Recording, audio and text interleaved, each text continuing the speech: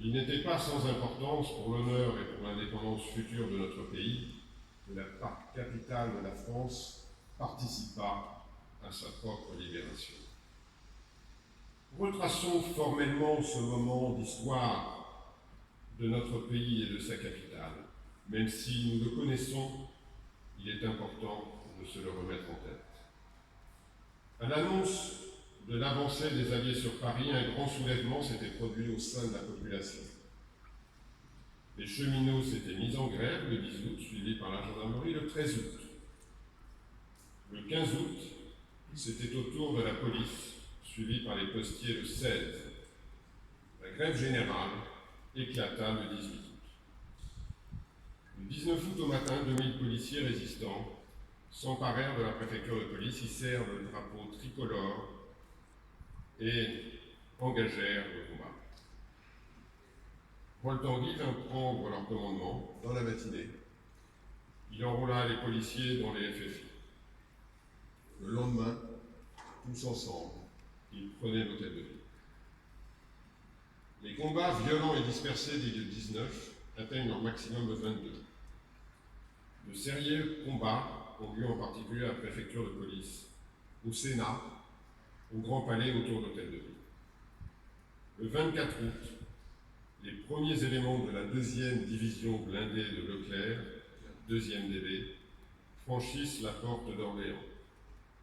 Le 25, ce sont les Américains de la 4e division d'infanterie qui arrivent par la porte du départ.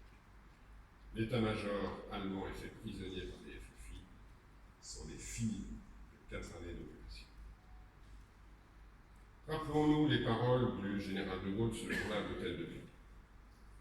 Nous les avons tous en tête, mais j'ai souhaité en rappeler certaines, une partie. Nous voulons entrer sur notre territoire comme il se doit en vainqueur. C'est pour cela que l'avant-garde française est entrée à Paris à coups de canon. C'est pour cela que l'armée française d'Italie a débarqué dans le Midi et remonte rapidement la vallée du Rhône. C'est pour cela que nos braves et chères forces de l'intérieur vont s'armer d'armes modernes. C'est pour cette revanche et cette justice que nous continuerons de nous battre jusqu'au dernier jour, jusqu'au jour de la victoire totale et complète. Ce devoir de guerre, tous les hommes qui sont ici et tous ceux qui nous entendent en France savent qu'il exige l'unité nationale. Nous autres, qui aurons vécu les plus grandes heures de notre histoire, nous n'avons pas à voir autre chose que nous montrer jusqu'à la fin digne de la France. Mes chers amis, dans ces journées d'août 45, les postières et les postiers occupèrent une place non négligeable. Ils furent près de 3000 à prendre part au combat dans toute la ville. Comme vous le savez, le 25 août, c'est le groupe de postiers résistants du Plessis, basé au bureau de poste de la rue de Grenelle, qui, en soutien des détachements de la 2e division blindée, donna l'assaut à la Chambre des députés et hissa le drapeau tricolore en portant le drapeau nazi entre forts. Comme vous le savez également, les femmes, les postières, participèrent de manière active à cette libération. Aujourd'hui, nous saluons la résistance postale dans son ensemble. Et nous saluons aussi progressivement la manière dont les réseaux postaux se sont unifiés au cours des années 40. Dès juillet 40, le mouvement nommé Libération nationale avait été créé sous l'impulsion de la CGT. Il avait été rapidement rejoint par d'autres, notamment les groupes du syndicalisme chrétien issus de la CFTC. Et ce premier réseau opérait essentiellement dans les lieux. L'année suivante, un groupe de hauts fonctionnaires avait créé un réseau interne spécialisé dans l'espionnage, notamment sous l'égide de l'ingénieur Keller, qui agissait à partir des grands centraux téléphoniques. L'unification de ces différentes initiatives aboutit à ce que la Poste en 1943 se trouve dotée d'un réseau solide et efficace, qui prit après le débarquement le nom de Résistance PTT.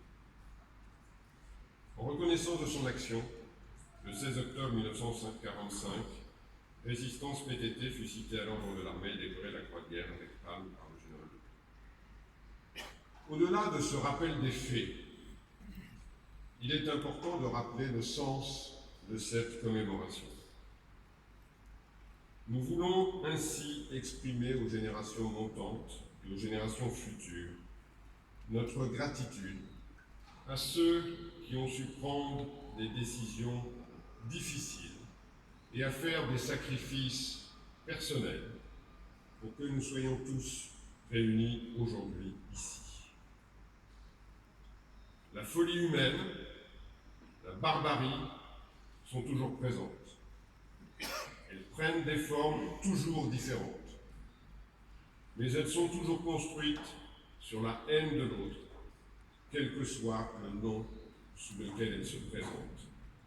Racisme, antisémitisme, rejet de la différence. La capacité à se réunir ensemble, malgré les divisions, malgré les différences, et peut-être même grâce à elle, telle qu'elle s'est exprimée dans ce passé historique glorieux, nous montre la voie. Le passé éclaire le présent et guide notre action pour l'avenir. Aujourd'hui, nous voulons honorer la mémoire de nos morts, de ceux qui sont tombés lors des combats de la libération de Paris, tombés dans ces faubourgs, alors que la joie revenait sur le visage des Parisiens et des Français.